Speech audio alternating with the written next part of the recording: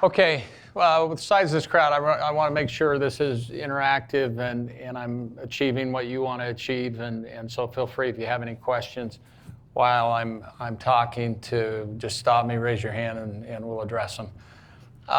Maybe to give you a little more background, which will trigger some questions on my career, and I grew up in Utah, I grew up in Provo, I went to BYU, graduated in accounting. And then Jeff left this off, received an MBA from the University of Utah. But I want you to know I still cheer for BYU. Okay, I get asked that question a lot. I live here in Centerville and have worked basically in Salt Lake my whole career. After graduating from school, I went into public accounting for a short time, then was offered a position at R.C. Willey as the controller, and have been there 29 years. I was the controller for about 7 or 8 years, the CFO for about 6 years, and now have been the CEO since 2001. That's a little bit unique in today's world. I know there's a lot of talk about switching jobs every 5 years, so you learn things. Our team's been together for a long time, and there's some real pros with that, some challenges with that as well. But it's been a good ride for me and something that's been very enjoyable. A couple of things about our company that I'll begin to address. We were a privately held company until 1995. And at that point, the owners of the company decided that they wanted to sell the company. We had looked at selling the company back in about 1989, and I think the owners made a very good decision. At that time, we had talked to different people with regard to the industry or those that did leverage buyouts, and the prior owners said, you know, the most important thing to us at this point is our company and our customers and our employees, not what we sell the company for. And so we passed on that because we could see that they were going to leverage the company, which is done in the world today and was done back then. And they said, that's not a good model that we want to go on. We'll keep running this as a privately held company until we get the partner that we want. And we were going through some growth phases at that time. And so from about 1989, 90, we didn't do anything for another 5 years. At that point, we sold our company to Berkshire Hathaway, which may or may not mean anything to some of you, but it's Warren Buffett's company. And so since 95, which is 21 years, we've been a subsidiary of the Berkshire Hathaway Group, and I'll refer to some things that I've learned being part of that as well. Another thing that I've done that you may have some questions on that was very interesting to me was probably about 2006, 2007, I was asked to serve on the Salt Lake City branch of the Federal Reserve Board. So I got became acquainted with how the Federal Reserve works. There's a lot of talk about the Federal Reserve and how the Salt Lake City branch then reports up to the San Francisco Bank of the Federal Reserve. And at the time, the individual that ran the San Francisco Federal Reserve was a lady named Janet Yellen.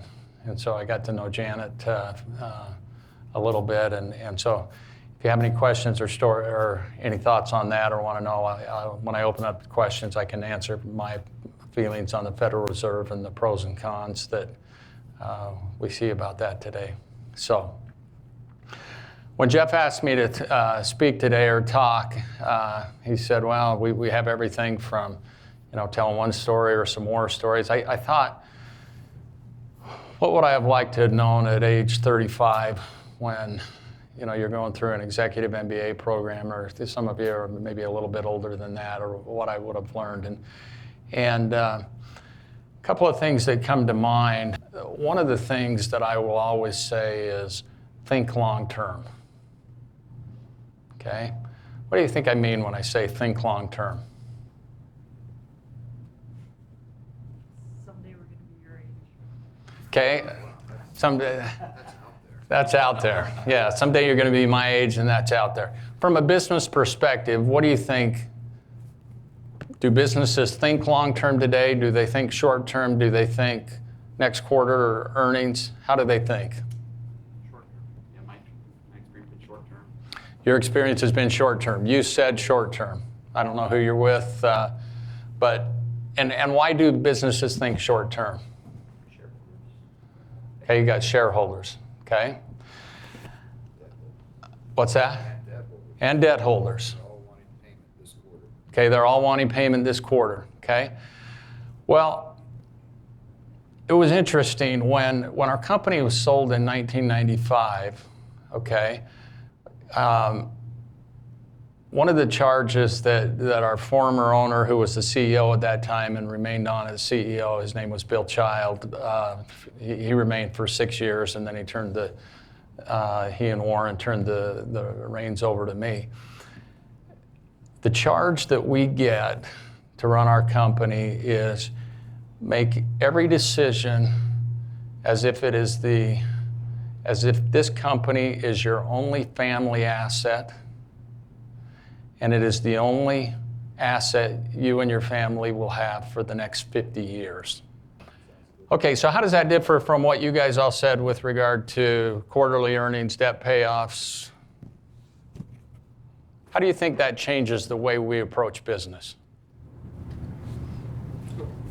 For this last class that we've got, one of the required readings was How to Measure Your Life by Clayton Christensen. Okay, good document. And one of the, even leaving aside the monetary feedback, there's a psychological feedback of immediate returns kind of feeds your hedonistic, I want to feel good now.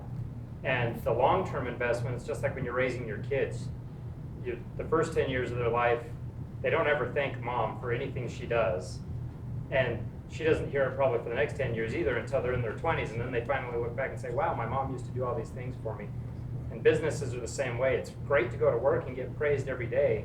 So then you start shortening the cycle of this kind of hedonistic, I want to be psychologically fed in these little short increments. And it's hard to make the decisions that you know you're not going to get any positive feedback on this for 5 or 10 years. So you're wandering in the dark sometimes, wondering if what you're doing is the right thing. Okay, great. Any other comments? I know in our company, people will ask, what is it like to be a subsidiary of Berkshire Hathaway? Okay, we make decisions based on how will this affect us long term, not next month's financials, not next quarter's financials. How will this affect us 5 years, 10 years down the road? And those are two different frameworks that take place. We have never had to turn in a budget to Berkshire Hathaway. We have never had to turn in a projection to Berkshire Hathaway. Okay, now, Monty, you're looking at that and saying that is strange and weird, right? In this day and age. Okay, so unique. They have 25 employees, and they let us run our company and say, you run your company the way that you have always run it, and we have never had to turn a budget in or a projection as to what we're going to do. He will never tell Wall Street what he's going to do. Why do you think that's the case? He's never given a projection to Wall Street. Two issues to think about, okay? First of all, again, we're thinking, and all of his companies are thinking about the next 50 years, not about next quarter's earnings. The next thing is, sometimes if you make a projection that you're going to do X or Y, okay? There's a tendency to really try and hit X or Y, right? And pressure to hit X or Y. Then what happens? Okay? Then the accountants, then the CEOs, then the CFOs start to become creative. Okay? Accounting is an art, not a science. Is that correct? You probably. But there's a lot of things in there that you can decide. But if you tell somebody you're going to hit this number, you're going to do everything you can to hit that number, and that is not in line with running your company the way you'd run it for the next 50 years. Okay? Let me give you another story about thinking long term. I'm going to refer to a gentleman a couple of times in some stories named Don Keogh. Okay? Who knows who Don Keogh is? Everybody heard that name? Don, one of the things that I've learned in dealing with Berkshire Hathaway is there's a lot of Midwestern values that are running through that organization. And Don was a guy that grew up in Omaha and went on to become the CEO of Coca-Cola. You can Google him and find his. And he's passed away now, okay? And there's a couple of stories I love about Don. Don, I was a young CEO, and once a year we go back to Omaha, and he was on the board of directors of Berkshire Hathaway. And Don had retired from Coke. He was on, I think he was the CEO eventually of a company called the Allen Company, based out in New York, and he was on the board of Berkshire Hathaway. And we had a luncheon there, and it was my pleasure to sit down next to Don Keogh, okay? Now, I learned two things from Don that day. I was a young CEO of a company that is relatively small to this big conglomerate, okay? And so when I go back there, I'm kind of in awe of some of the people that are there. However, the culture in the company is very down to earth, treat people the way you want to be treated, just as if you were going to lunch with your high school buddies, okay, or your college buddies or your BYU MBA buddies, okay? So I sat next to Don, and the first thing that I learned, I thought, I learned a lot by the way Don Keogh treated me that day, okay? I was probably, I don't know, 40 years old or 41 years old, a brand new CEO, and he had retired. But he spent more time listening to me and asking me about me, our company, my family, okay? We talked about my mission in Argentina, okay? And Don told me the pros of what he thought our missionary program was. And I assume most of you are LDS if you're going to a BYU MBA program. And I came away thinking, I want to be like that guy, okay? Doesn't matter what I achieve in life, and I think Clayton talks about some of that in his document, is Don Keogh cares about people, okay? That was very interesting. He also then went on to tell me a story about being long-term oriented. He was the president of Coca-Cola, and this story's always resided with me, or remained with me. And he said they had never had the Wendy's account, okay? Now this was probably in the year, I don't know, 2002 or 3, somewhere around there. And now you think about Wendy's in 2003, how many cups have they filled with Pepsi over the years? Okay, a lot. So he went to Dave Thomas, who was running it at the time, and as the president of Coke, and he said, Dave, this is the craziest thing in the world. What do we got to do to get your account or be part of your account? Or I'm not sure exactly how those things work with distributors and everything, but there was no Coke in the account. Tell me why Pepsi does not have a Coke machine there. He went on to tell me a story that he said, Dave said, when I was young, I was starting this hamburger stand, as he called it, okay? And I was operating on a shoestring, just like many entrepreneurs would be, but I had this vision, and I was lining up my meat supplier and my onion supplier and my distributors, and there was a sales rep that came from Coke, and I needed some help to get going, and he made a comment to me that morning that I've never forgot. He said, Dave, you will never succeed in the hamburger business unless you have Coca-Cola in your restaurant. And he said, Don, pretty easy. I've been trying to prove him wrong for 40 years now. okay? Now, short-term or long-term? I'm sure at the time that sales rep, he was thinking, you know, Coca-Cola, it was the big thing back then. It was bigger than Pepsi. And he had every right to be confident, not arrogant, but confident, and made a comment, may have been an okay short-term decision, but ended up being a very, very poor long-term decision. So in all the decisions that you make, I would ask the question, think short-term, not long-term, okay? Tell you a couple other things that I started thinking about. Going back to Clayton Christensen on how to manage your life, okay? I had an experience, well, somebody can probably tell me. When did BYU play Ole Miss in football? Probably 5 or 6 years ago? Okay, and has anybody ever been to Ole Miss? Okay, if you ever get the chance to go to a home football game at Ole Miss, you need to go to a football game at Ole Miss. And I had a friend down there. He's in the appliance and TV business down there. His name is Eddie Maloney, okay? And he invited me to go down there. He's an Ole Miss supporter, and he invited me to go down, my wife and my boys, to watch the game with him. And down there before Ole Miss, they have, you can Google this as well, it's called at the Grove, they have a tailgate party that is the biggest tailgate party anywhere in the world, okay?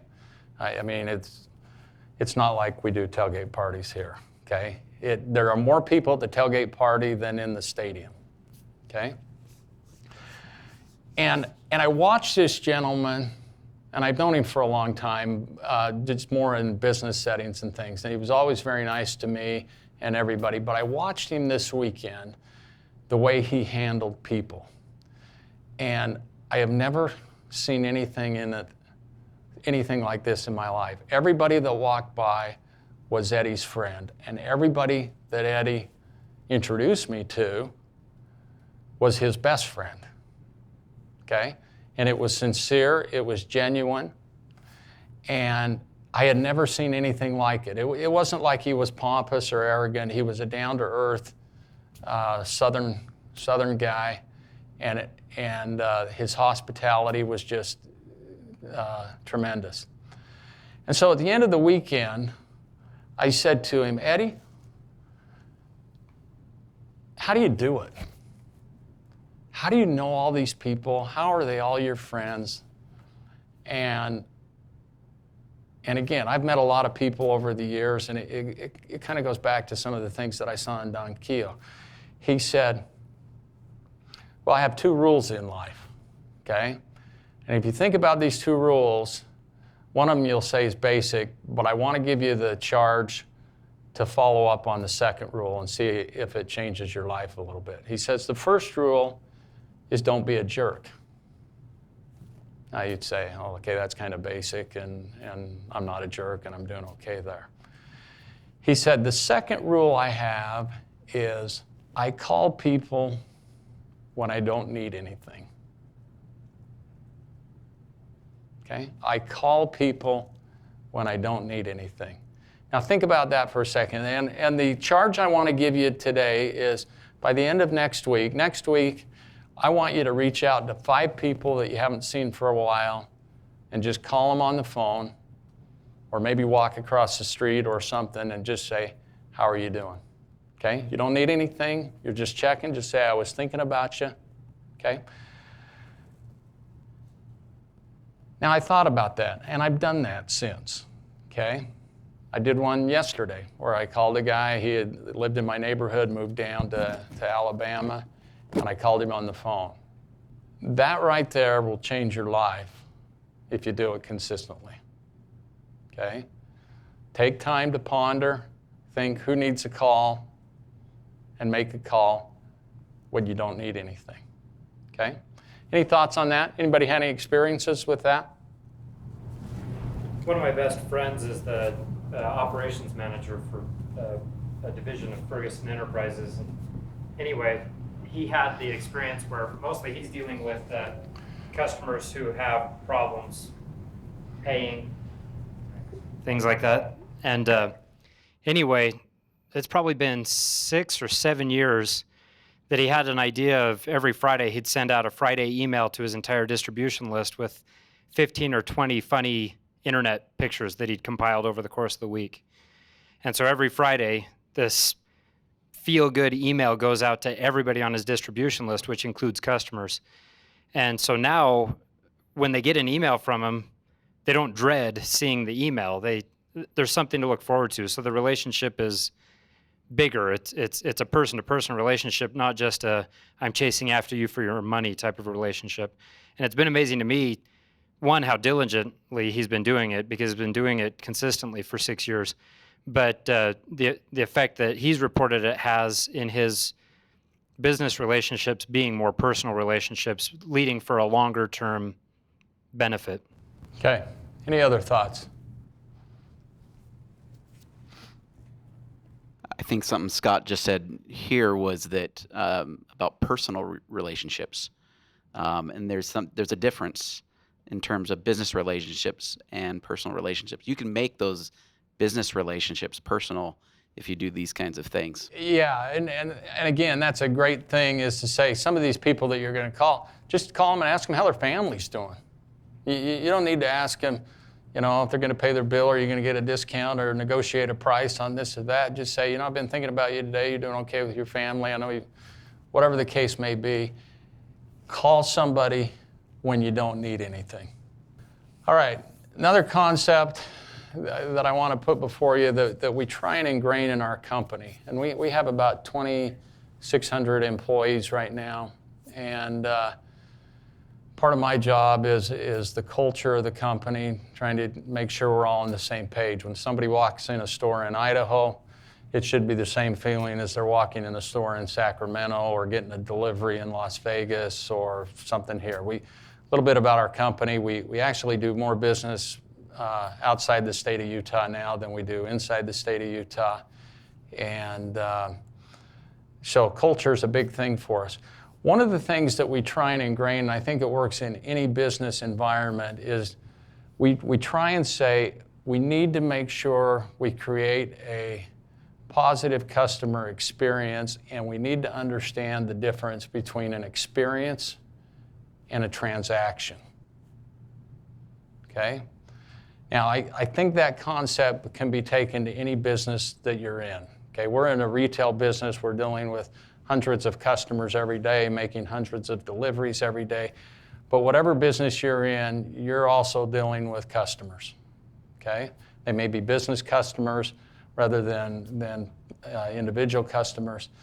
What's the difference between an experience and a transaction, if you think about it? Okay, emotional connection. Expound on that a bit. I think it's easy for anybody to go in and get something done. You can go get your tires rotated or whatever, but to leave have a transaction done and also have a positive experience or positive impression to go with it is much deeper. So it creates that connection between us personally rather than just fulfilling a task that needs to be done. And when you have that emotional connection, what's that going to do for you long term? I think you remember the emotional side of it, and you're gonna if it's a positive emotion, you're gonna want that emotional connection again, to repeat it over and over. Okay, and that's one of the things that we try and teach our associates, is to say, you know what?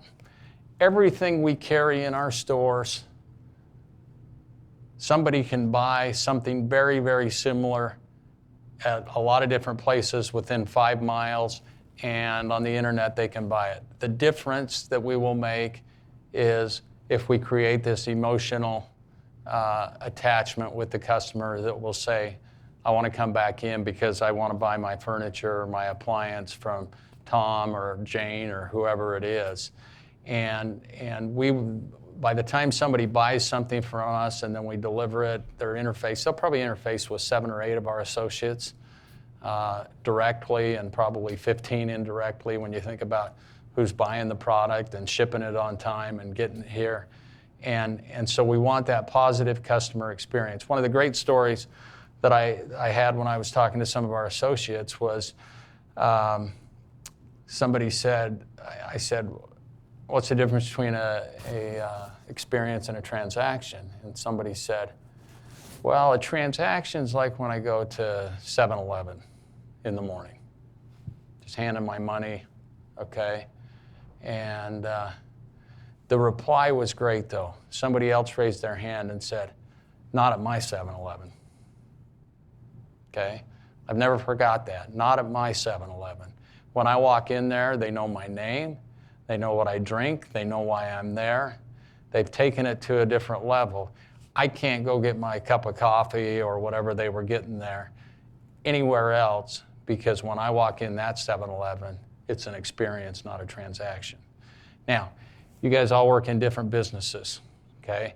Probably stuff more,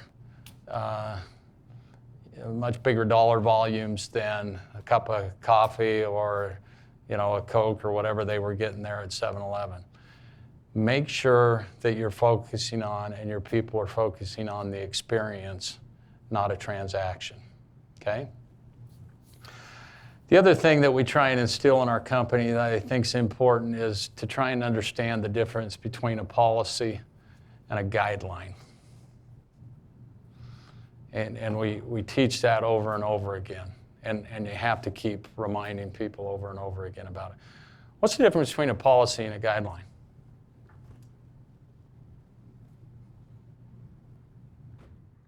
I heard it put this way once. Take principles, you can compare it to the tax code. Tax code is a lot of just itemized reactions to different situations. So that's a policy. You can follow that, and they're going to continue to create a policy for each thing. A guideline is more of a principle. You know the overarching principle, and then you follow that without having to get into the details. Okay, any other thoughts? A guideline sounds like it is inviting the person who's involved in that guideline to be part of the decision process and to be reflective and reactive using the guideline instead of just being driven by a rule. Okay. Let me give you an example and kind of related to our company. We'll make hundreds of deliveries in the state of Utah today and throughout. We have guidelines because we have 2,600 associates and we're all trying to give the same message, okay? However, is every customer a little bit different? Absolutely. So we try and empower our associates to make the right decision with regard to that customer. Now, let me give you an example. We try and tell our customers that every night we're going to route our trucks and bay them and fill them up and deliver efficiently in the different communities. And we'll try and give them a 3-hour window as to when that delivery will take place. Now, the reason we give them a 3-hour window is because we don't know on delivery 1 what kind of house we're going to encounter. The stairs, how long it will take. And we want that person to have a positive customer experience. So our guideline that we give is a 3-hour window. Cosmo Kramer, one of the great business consultants of all time on Seinfeld, used to say, without rules, there's chaos, okay?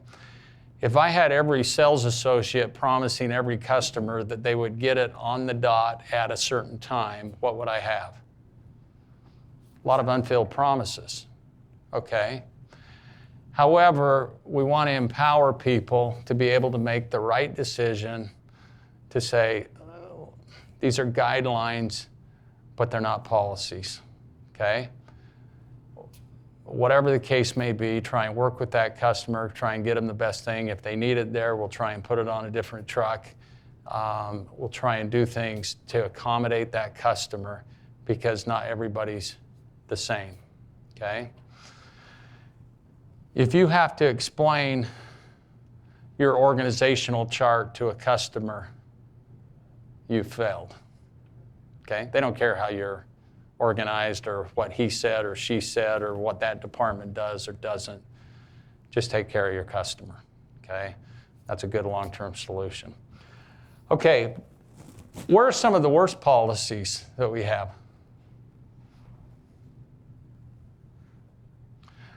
You know, sometimes in our HR departments, okay, we got to have policies because we got to have government. We got government things where you got to punch in and those types of things. But many times, I explain to everybody in our corporate offices that your customer is a frontline associate that's dealing with the customer. Okay, and sometimes an HR department or an accounting department or some of these corporate people can get in a situation where this is the way we do it. Okay, you got to turn in this and this and this, and everybody's a little bit different.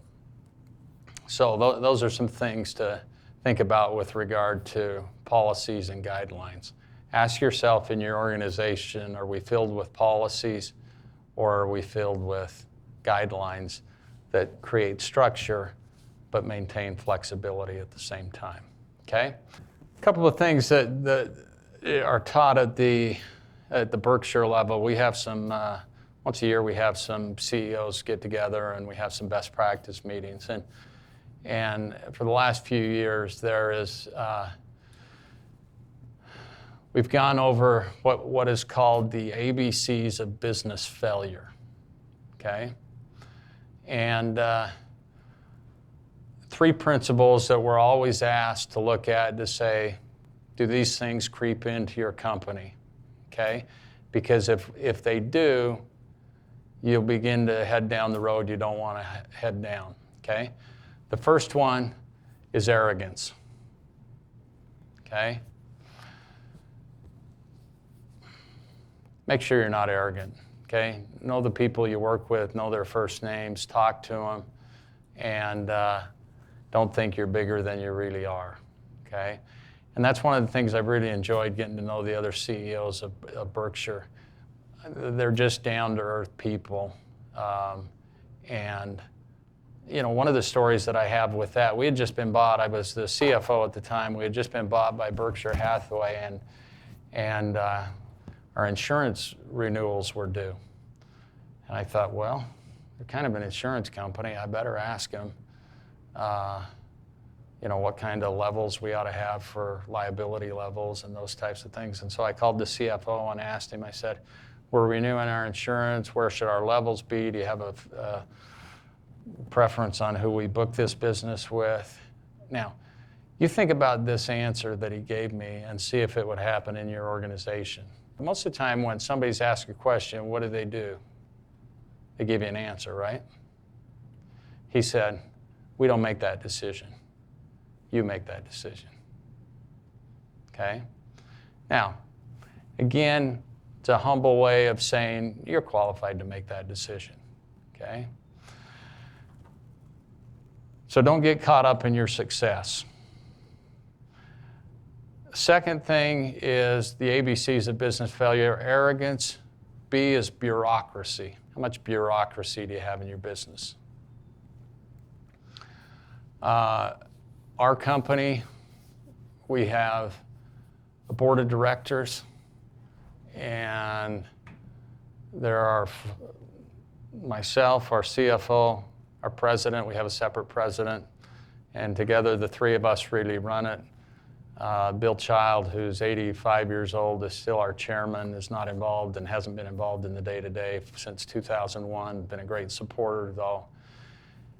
We don't get caught up in the bureaucracy of business. We make decisions quickly and try and run that. As soon as you hire somebody, they're going to need an assistant who needs an assistant who needs an assistant. In our company, my assistant is also the assistant for our CFO, but she also does all the travel in our company as well as handle much of our benefit plan, okay? With technology, we do all our own calendaring and communication, and so just be careful of the bureaucracy. How easy is it to make a decision in your companies or in your department, okay? So I realize some of you probably aren't CEOs, but can you make a decision in your department, or do you have to get 12 levels of approval to make that happen? The third thing to be careful of creeping in is complacency, okay? Complacency, satisfied with where you're at. You've always got to be improving, looking. We live in a changing world, and the way we did business 5 years ago, 10 years ago, 20 years ago isn't the way we got to do business in the future. And that's one of the real challenges, is being able to keep the things that have made you successful, shedding some things, bringing on different ideas and models that will take place. So complacency, mediocrity, they kind of fall into the same circle there. Can I ask a question about that bureaucracy characteristic in Berkshire Hathaway? That's always been an incredibly lean organization with Warren Buffett. Did your company make some adjustments as they came into that umbrella, or did that leanness follow? Was that inherent in R.C. Willey before? No, it was inherent before we sold the company, and his charge is continue to run the company the way you've always run it. So, and I would say if is one of the reasons that R.C. Willey was successful is the owners. It followed these principles we've been around for 80 years, and really the Child brothers that ran the company from probably the 60s to 95, a couple of brothers, they followed those principles. Very down-to-earth guys, and put money back into the company. That was their number one thing. They grew up in Syracuse, Utah, still live there, or they don't live there now, but we're very humble. We're not arrogant. Bureaucracy did not exist. People could make decisions, but we were always looking to better ourselves and get much better and be open to change. Okay, so that existed before. It's continued to be taught since we've been part of the Berkshire model, though. And you learn it when you talk to other CEOs as well. I'll say another thing about communication, which flows into this as well. I think a good rule is get back to people within 24 hours.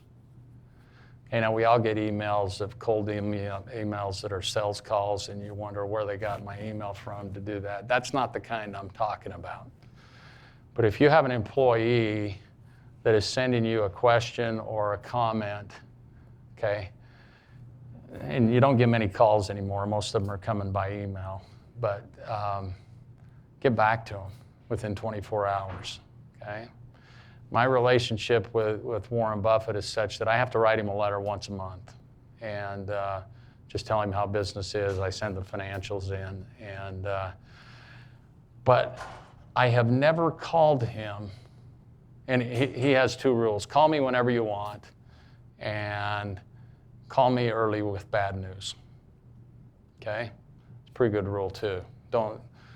Usually if you have bad news, surface it out, get some other people involved, and you can work through it. Many times, if you internalize it, it remains bad and gets bigger and bigger because you didn't have other people helping to solve the bad news.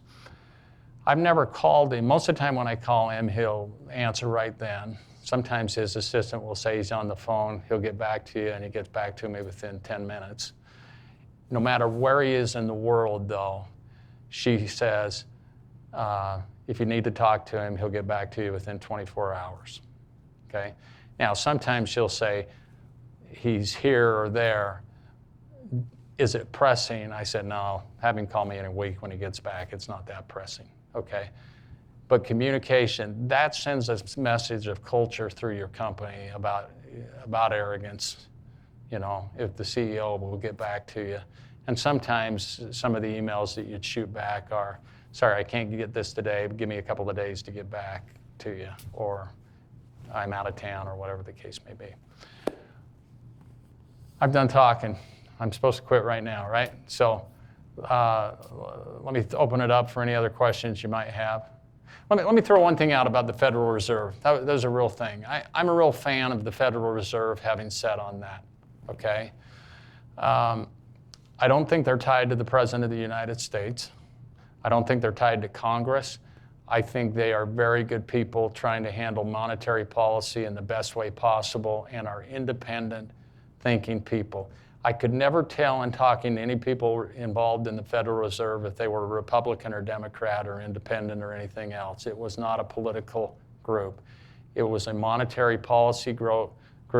Their two charges are to control inflation and the unemployment rate, okay?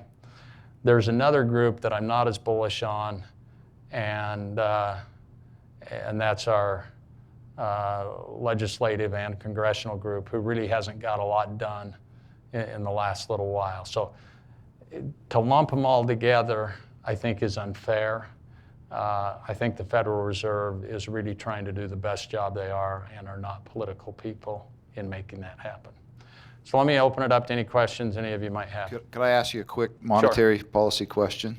Yeah. So what have we got, like $2 trillion in quantitative ease sitting out there?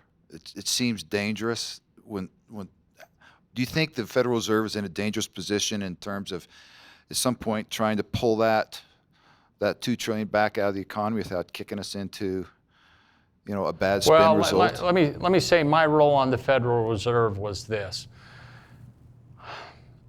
The Salt Lake City branch is composed of 5 directors from Utah and 2 from Idaho, and we prepare a report that says what's going on in the economy that feeds up to San Francisco, and they take that information. They're concerned about what's happening on Main Street, not necessarily what's happening on Wall Street. So when I served there, I was a retailer. We had the biggest farmer in Idaho that was there. We had a big truck driver we had the biggest home builder.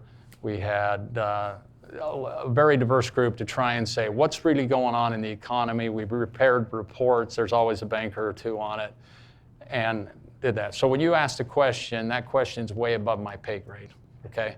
I don't understand it, but I do know this, that, again, my personal opinion, and I'm not an economist, and I'm not an economist for the Federal Reserve. That was a different role that I filled. I do worry about leverage. There really hasn't been a financial crisis in the history of this world that didn't include leverage. The other thing, when you start hearing about negative interest rates and things like that, there is no playbook, okay? We don't know how that's gonna, there's a lot of analysis, but you can't look back to this or that. Some of that's pretty scary stuff, but I go back and say, whether it's in my personal life or my company life, if you run a pretty conservative group, whether it's your family, you can get through most disasters if you're not leveraged. I didn't realize the local board was built of that kind of it was peopled by those kind of perspectives, those Main Street perspectives. Yeah, they're really trying to hear what's going on in Wall Street. And so I want to stay on time. I know some of you have to go. Let's end. Thank you very much. I'll stay around and answer any questions anybody has.